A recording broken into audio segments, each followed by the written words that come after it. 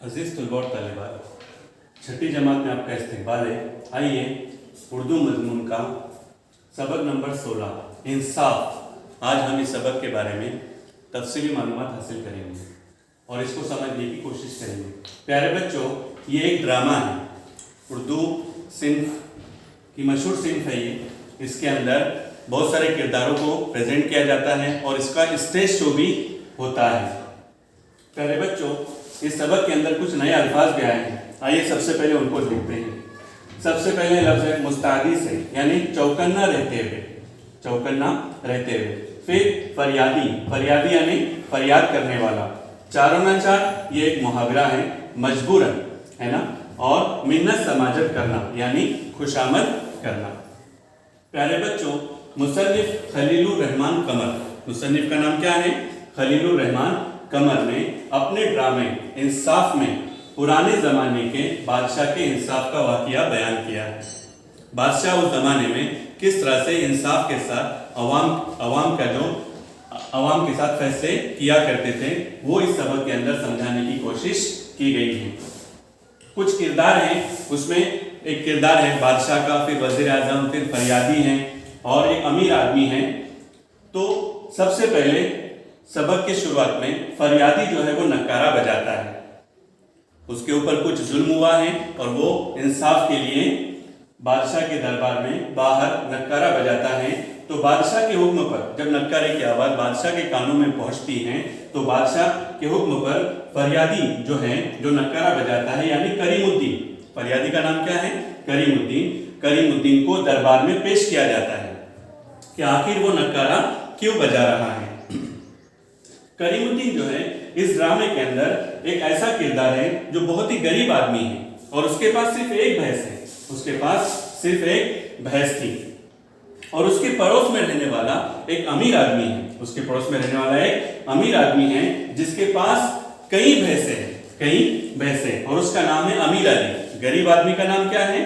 करीमुद्दीन है और जो अमीर है उसका नाम अमीर अली है। जिसने यानी अमीर अली ने करीमुद्दीन की भैंस चुरा ली, ये करीमुद्दीन कह रहा है, और एक मरियल सी भैंस वहां पर बांध दी करीमुद्दीन की जगह पर। जब करीमुद्दीन ने अपनी भैंस मांग ली तो अमीर आदमी ने साफ देने से साफ इनकार कर दिया।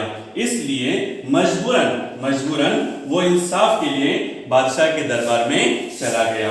इसलिए वो इंसाफ के लिए दरबार में जाता है, जहां पर अमीर अली को भी बुलाया जाता है। अमीर अली के साथ उसका एक झूठा गवाह भी साथ में रहता है, जो झूठी दलीलें देकर अमीर अली को सच्चा साबित करने का और करीमुद्दीन को झूठा साबित करता है।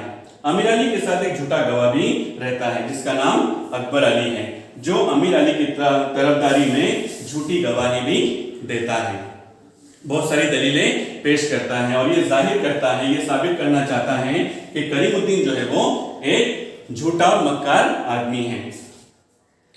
बादशाह और वजीर आजम को करीमुद्दीन पर शक होता है। जब ये सारा मामला सामने आता है तो उनको शक होता है, लेकिन चूंकि इंसाफ करना है इसलिए बादशाह ने एक मनगढ़ंत कहानी तैयार की। बादशाह ने करीमुद्दीन को बाहर जाने का हुक्म दिया और एक मनगढ़ंत कहानी जिसमें यह बताया कि अमीर अली ने हमको बताया है कि भैंस की टांग पर एक जख्म है और कुत्ते ने उसको काटा है। ये मामला अमीर अली के सामने और उस झूठे गवाह के सामने रखा जाता है। तो अमीर अली फौरन कहता है कि उसके दाई टांग पर, यानी भैंस की जो दाई टांग है उसके ऊपर एक गहरा जख्म है और उसको कुत्ते ने भी काट लिया है। ये मामला जब वो पूरा सामने आ जाता है तो फिर बादशाह जो हुक्म देता है कि अब करीमुद्दीन को लाया जाए।